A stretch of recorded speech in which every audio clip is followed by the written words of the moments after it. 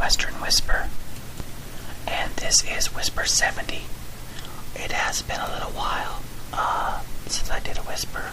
I'm thinking about 10 days, which is the longest I've gone since I began whispering back at the beginning of April. But I haven't had a whole lot of new things to talk about, and didn't want to repeat myself over and over. I'd like to say right up front, you may hear some car noises, like people running through water puddles, because it is actually nice enough today to have the window open, and I think that's a miracle in itself. It's been so hot, like most of the country, that I haven't had the windows open in 3 weeks, and this air conditioning has been running constantly. We have a low front going through Iowa and the upper Midwest, which is keeping our temperatures down, but in southern Missouri, 6 hours away, they're still in the 90s. I don't think it's even broke 80 degrees today, which is awesome, and it's been raining off and on. We really needed the rain. The last time we got any substantial amount of rain was, it would have been 2 weeks tomorrow. We had some thunderstorms, and the reason I remember it because I recorded it, because it had been a long time at that point. So, yeah, we definitely needed it.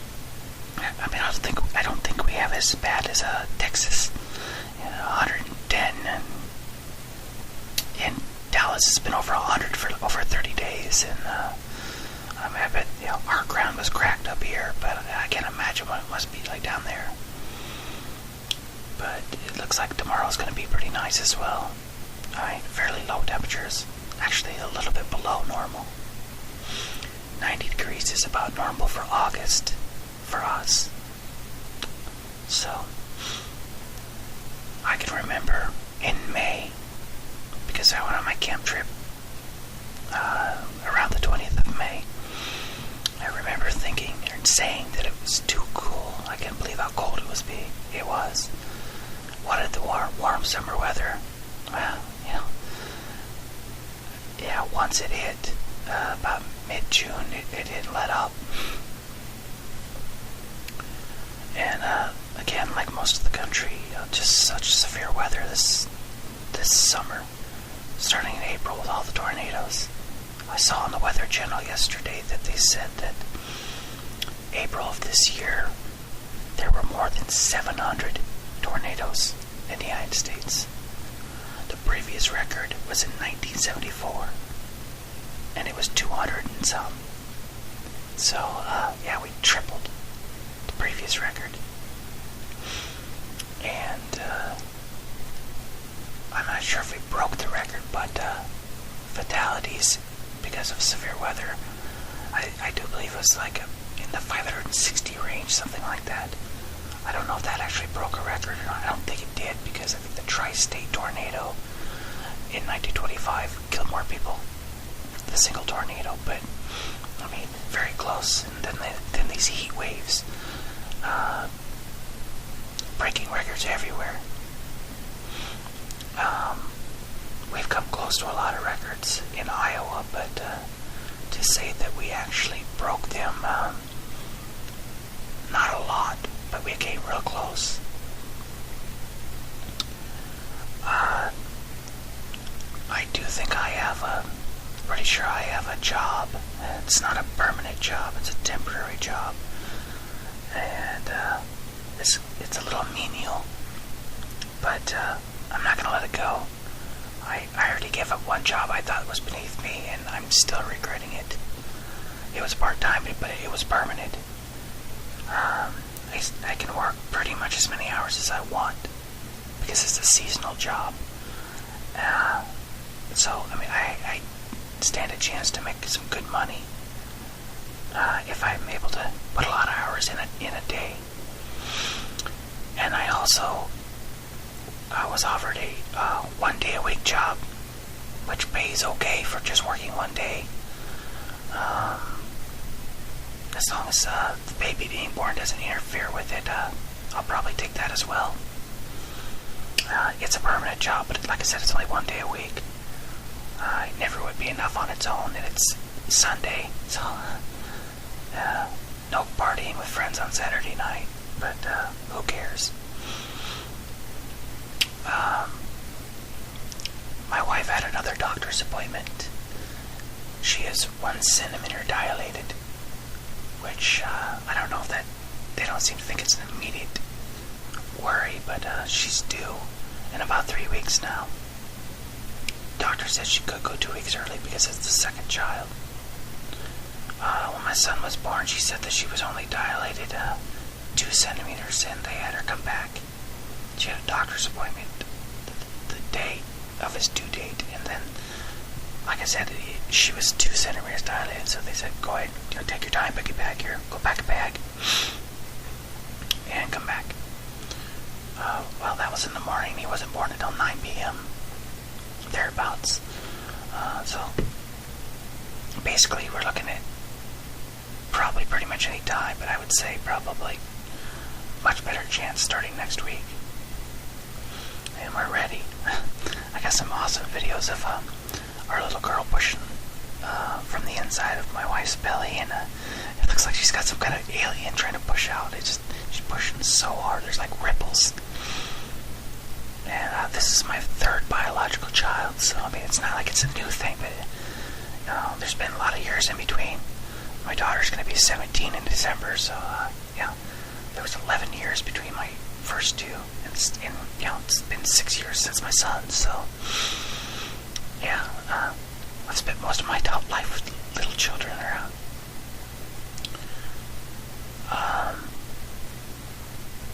What else? Well, I don't know if I mentioned it before, but the gray cat you've seen in some of my some pictures of in my previous whispers, she's ran away so many times that we gave up on her. Last summer we put a reward in ad in the paper that cost me a lot of money to get her back, and I just got to the point where, even though we've had her for 3 years, that she was just coming back to eat and then disappearing for 2 days. I know some people don't mind that with cats, but especially like farm cats or whatnot, but that's not a pet to me. Dart out when you try to go out the door, run away from me, we tried to pick her up. That to me, she didn't want to be a part of this family, so now I am a responsible pet owner. I have some family members that are very irresponsible. They get pets on whims. They have 6 dogs and cats in an apartment, and they'll get rid of them if the slightest trouble, or decide they don't want them anymore. I'm not like that. I am 37 years old, and I've only had maybe 4 or 5 pets since I've been an adult, and I usually keep them until they die, or something extreme happens, like in my divorce, I lost my cat, but that wasn't my fault. But anyway, back to this cat. We tried. She ran away like 6 times this summer. Come back in 2 days to eat, covered in fleas. And I tried to take her to the local pound, but they're so full. They said there were 14 cats over their limit already. And mainly because it's a no-kill facility.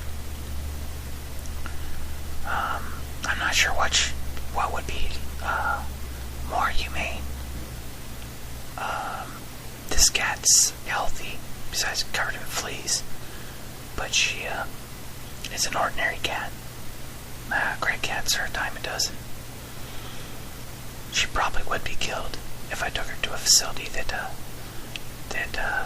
killed, and there's several in the neighboring counties, but I don't know. But anyway, here, starting last Friday, one of the local vets called and said that they had her. And I didn't call back the first time because I was busy over the weekend. And then they called me again yesterday, and I talked to him, and I told her what I just told you. That I don't want this cat anymore. The reason they knew that we had her is because she had a microchip of our information on it. Because we take care of these cats, she's all her shots, she's been fixed, she's declawed. That might be worth something to somebody, over a stray that might look the same, but in a way I do feel a little bad. We took this cat on from the pound. Not the one here, but the neighboring one. But, you can only, deal with them running away so many times before you decide the cat doesn't want to be part of your family. But, I explained it, and I hope, she seemed like she understood. I guess I'm waiting for a bill from them now, because she's been there almost a week. And since I claimed ownership, in a way, maybe I should pay it. If I had the money, I probably would. Just the fact that I was the last owner. But I think that probably the reason she ended up to the pound the first time when we adopted her at the beginning of 2009 is because she ran away. Same situation. Once the weather broke after winter, that cat's constantly trying to get outside and run away. And then, so the owners probably eventually gave up on her too. I hear myself say this in a way, it sounds bad, because if you have a child that ran away, you wouldn't give up on them. But, it's not like this is the first time, or even the third time, and it's costing me money for her to run away. I don't know, but it is what it is. But we still have the big fluffy one, Rex. Okay, what else? If you followed my whispers long term, you probably remember a while back me adding a voicemail of a friend, and the whisper was entitled something along the lines of ending a 22-year relationship or something like that. Well, we made up, and I guess I'm just not quite ready to end the friendship. As I said, a lot of my old friendships or most of my friends are old relationships. Some clear back in school, others are when I was a teenager or young adult. I have acquaintances and stuff like that, the people I talk to and might hang around a little bit, but my true friends, the most recent one is probably 12 years old, the friendship is. And most of them are 20 plus. And granted, in your lives, family, most of us have family. You don't always see each other. Sometimes you could go months or even years without seeing someone. Or, there's a couple of us that just don't get along. Because of wives, girlfriends, or other reasons entirely. Living far apart. That's the issue with some people. But the one friend, Mike, that I was hanging around with a lot this spring and summer, he and I kind of had a falling out. We generally don't fight that much. Hardly ever, actually. But I just kind of got tired of his pissing and moaning. And the guy's 46 years old, and he lives with his elderly mother. Okay, and she pays for everything. He doesn't pay anything. He got in a car accident in 2007. He broke his neck, and he has a lot of problems from it. He'll have whiteouts where he can't see. Literally everything turns white on him. He's dizzy. He's in pain. He's had surgeries. He could get disability. I know he could, because he's been trying to work, and his experiences in factory and labor work, and he just can't do it. And but going through that process can take anywhere from a year to up to 7 or 8 years if they really fight it, which they probably wouldn't, being he's got a medical history, and it's a physical thing. But anyway, it'd probably take at least a year. Sorry, you hear all the cars running through the water puddles. We actually did get a lot of rain. But anyway, the fact is that, they're going to fight this, so he's looking at probably a year, maybe 18 months. She's been supporting him for years anyway. He was from my area. He got a divorce and he moved back up there in 2003. He's worked a little bit here and there, but she's basically covering him. So,